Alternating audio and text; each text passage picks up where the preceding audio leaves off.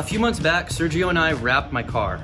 It was previously gray, and we wrapped it in Avery Dennison Intense Blue. So before we peel the wrap off, I want to go over everything that we learned throughout the process of wrapping it that could help you guys out if you want to wrap your own cars. We did run into a lot of issues, so we're gonna go over those, and I'm gonna teach you guys what not to do.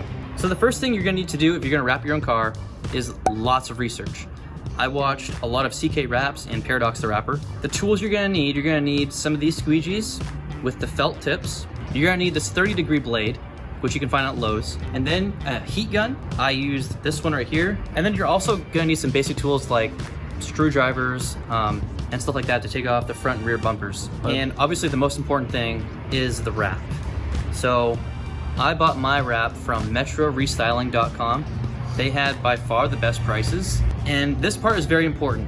You need to make sure that you get the right amount of wrap. So I only ordered 50 feet for this 2020 Civic Si two-door. What I should have gotten is probably 60 feet, maybe more, because we definitely could have used some extra wrap to redo some parts. So the first thing that we did, we actually tackled the bumper first, which was probably not the brightest thing to do because obviously when you're first wrapping the car, wrapping the bumper is just so difficult. Like you'll run into a lot of issues. So obviously that's gonna like screw with your motivation. So like when you're wrapping a car, it's gonna take a lot of patience, obviously. For sure. I think the fact that we tackled the bumper first was like, it definitely defeated us. At first, obviously it was just a battle, but we overcame that. But I would choose to wrap the hood first, just for motivational purpose, and not just that, but you'll get a feeling with, manipulating, the wrap itself. So I think, tackling the hood would be better, and then you would, move on with the bumper. So we chose to not take the bumper off, and we really should have. It's really easy to take this bumper off. I actually have a tutorial on my intercooler install how to take this off. We really should have done that because what we had to do is all these little parts right here, we had to tuck these in very meticulously. This bumper took us like 5-6 hours. So we used like driver's license or a credit card to tuck it into all these crevices right here. It was extremely meticulous.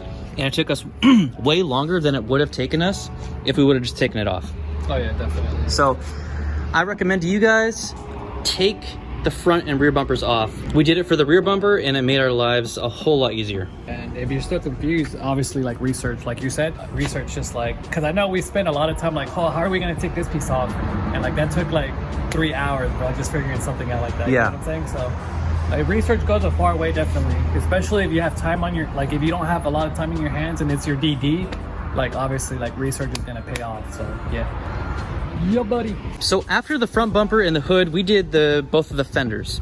And the fenders, you can see right here, that corner looks pretty good.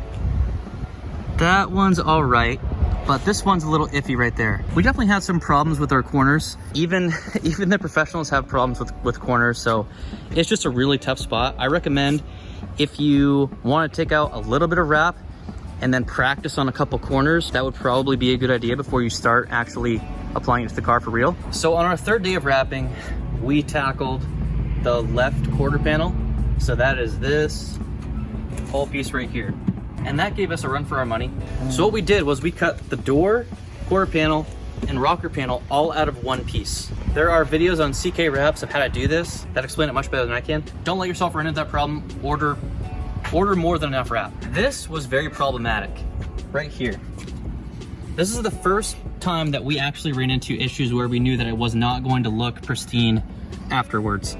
So right here, this little rubber piece right there, it does not separate from the car. Or at least I did not, I couldn't figure out how to get it off. So what we did was, remember wrapping that in? Remember tucking that in? That was terrible. We used credit cards or a driver's license, whatever, and we just had to do it like a ½ centimeter at a time, and that was just terrible. And it's all bunched up over here. It doesn't look best. So my next tip, make sure you have everything cleaned and dried before you try to apply the wrap. And that includes like the cracks and crevices.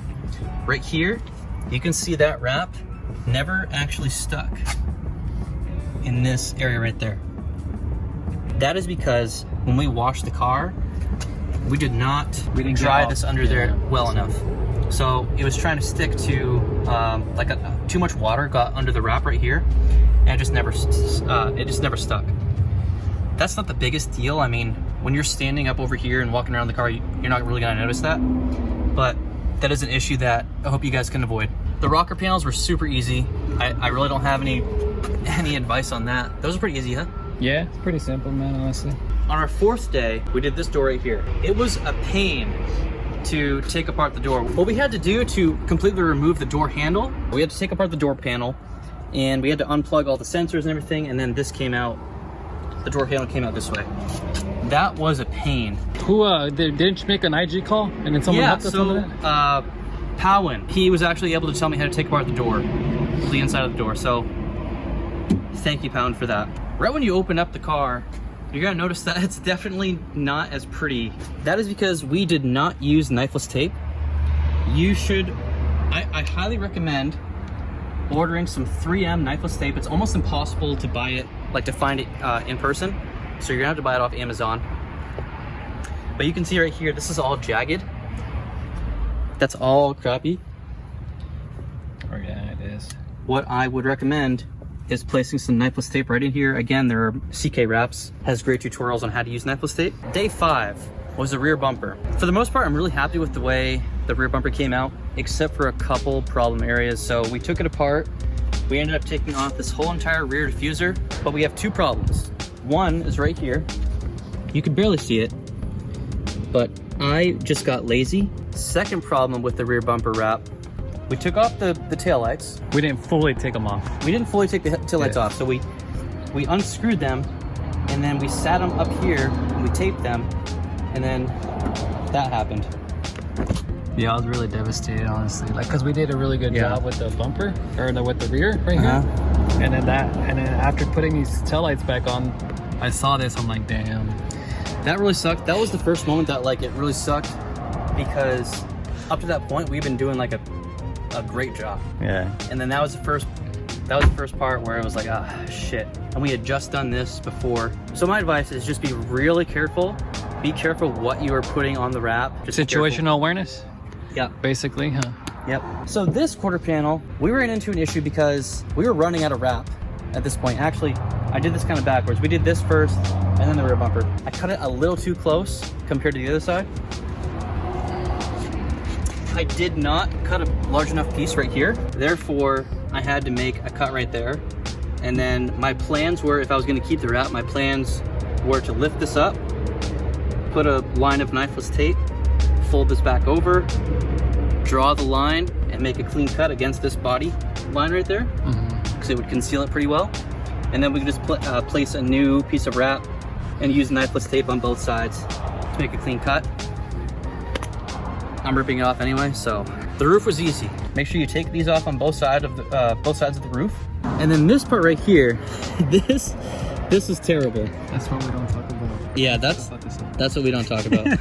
But just that was super hard. And you got really frustrated with it. I remember you took like, Yeah. I went to McDonald's and then you were just like manhandling it, and then next thing you know, I come back, bro, and it was like, I'm done with this. yeah, if I were to do this again myself, I would for sure bring like this antenna, the spoiler, and the mirrors. I would bring the car and have these 3 things done by a professional. So if you're ready to accept the fact that doing it yourself is not going to net like a perfect product, then by all means try it. It's a great experience. Oh yeah. It's a pretty satisfying thing saying that, yeah, like my friend and I wrapped my car, you know? Oh yeah, definitely. Because a lot of people can't tell. I mean, if they're looking at it from that side because of the issue there, but a lot of people can't even tell that. It was actually like, wrapped we did it, you know? at home. Yeah. Yeah. My last piece of advice is taking care of the wrap. This wrap is very sensitive. I ended up scratching my whole entire wrap, which I'll show you guys in a second. But first I need to tell you, you need to use a very specific soap. I ended up using this 3M soap right here, and it works very well. And it turns out that Chemical Guys makes a gloss wrap detailer. So that's what I use. I use this product right here. The link is in the description. I ran out of that one day. and I had to clean my car to get ready for a video.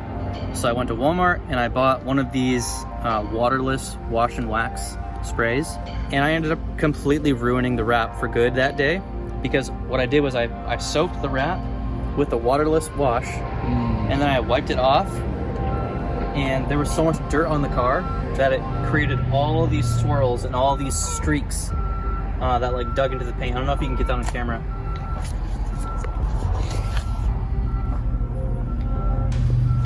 But it created a whole mess, and there's just no going back. Like there's no buffing that out, because it's like in the wrap at this point, which is too bad.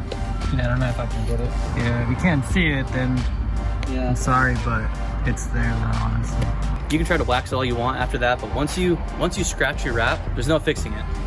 Unless you peel that panel off and rewrap it, which it's gonna look a little different from the rest of the car. You need to be very careful.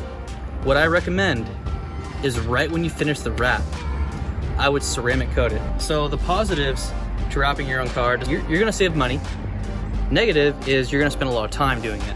We spent probably 55 hours total, split up over like 7 or 8 days. Another positive is that you're going to gain a lot of experience, which I think is pretty valuable. Another con is that I'm pretty sure like right around here, there is a pretty good sized scratch from when I accidentally cut into the paint. Hopefully when I peel this wrap off next week, it's not gonna look too bad.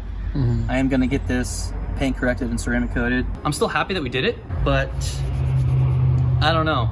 Personally, I would not do this again.